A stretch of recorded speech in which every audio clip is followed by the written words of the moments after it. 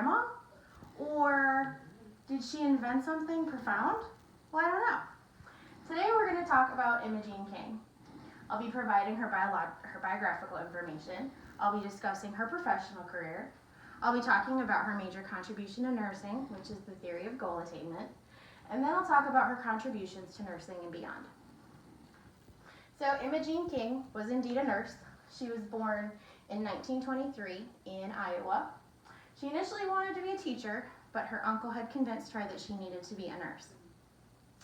For her nursing education, she graduated from a hospital-based program, which is typically 2 to 3 years. They also live at the hospital while they're in nursing school. She received her bachelor's in nursing from St. Louis University in 1948, and then also received her master's in 1957. And then she took a few years off and got her educational doctorate degree from Teachers College at Columbia University in 1961. So in her professional career, she developed a master's degree nursing theory program at Loyola University. She was the assistant chief of research grants in the Division of Nursing at the U.S. Department of Health, Education, and Welfare. She conducted research seminars for the World Health Organization, predominantly focused in the Philippines. She was the director of nursing at Ohio State University, and then she returned to Loyola after that. And then she was also an adjunct professor at South Florida College, and she was president of the Florida Nurses Association. Some awards and honors that she's won. One of the books that she had written was nominated and won for Book of the Year in 1973. She won the Jessie M. Scott Award in 1966. And then towards the end of her life, she was inducted into the American Academy of Nursing. She received honor doctorates from Loyola University, and she was inducted into the Florida Nurses and American Nurses Hall of Fame in 2004. Some of the books that she wrote include Toward a Theory of Nursing, and that really opened up the nursing process to where it was less disease-focused and more patient-oriented. So what is nursing theory? Well, it's defined as a creative and rigorous structuring of ideas that project a tentative, purposeful, and systematic view of phenomena. It continues to evolve the practice of nursing. Some examples of this would be the improvement of sanitary practices by Florence Nightingale, the treatment of jaundice by Nurse Jean Ward, treating patients as humans versus simply a disease, and then implementing the nursing process itself. So what they start on is a conceptual framework and then build on their goals. So what she asked herself was, what is the goal of nursing?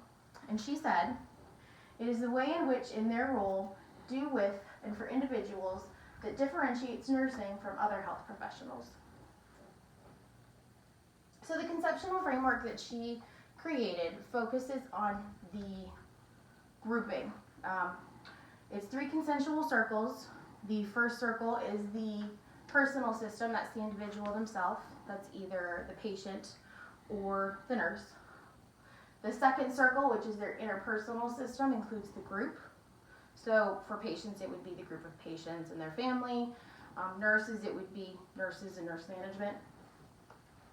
And then finally, the third circle about social systems shows how individuals and their groups fit into society.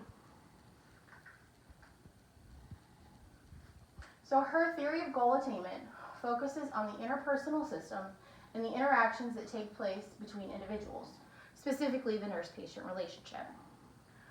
The theoretical principles include, if there's perceptual interaction, accuracy is present in nurse-patient interactions, transaction will occur. Basically, if the patient and the nurse can connect on something, they'll be more willing to work towards their goal. If the nurse and the patient make the transaction, the goal or goals will be achieved. So if they decide to work towards the goal, then it will be achieved. And if the goal or goals are achieved, satisfaction will occur. And if transactions are made in nurse-patient interactions, growth and development will be enhanced.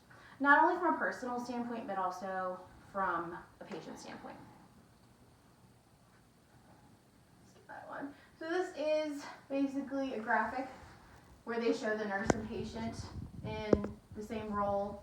And there's perception, judgment, and action, both on the level of the patient as well as the nurse. And so how they communicate and perceive each other through that will stimulate a reaction, which will also stimulate interaction.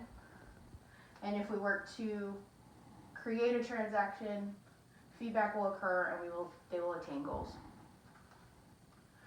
Some of Ms. King's additional contributions to nursing include definitions. The first one is nursing, where it's more of a holistic approach as opposed to just treating a disease. From health, she treats health as a dynamic life experiences of a human being rather than the sum of diseases that they get in their lifetime. And then finally, she defined environment, in which it's the background for human interaction. The environment will either enhance or detract the relationship. And some of Ms. King's impacts towards the future, sociology and psychology are now prerequisites for just about every nursing program in the country. Public speaking and interpersonal relation classes, such as this one, are required for a majority of baccalaureate nursing programs. And her theory has expanded into other fields, such as allied health, where the theory of creating goals with PT, with physical therapy, occupational therapy, and speech therapy. In education, with children that have very specific needs, they have created an individualized plan. So, today I've talked about Imogene King. I've given you biographical information. I've talked about her professional career. I've discussed her theory of goal attainment, and I've provided some contributions to nursing. And today I'd like to end with a short video from Johnson & Johnson.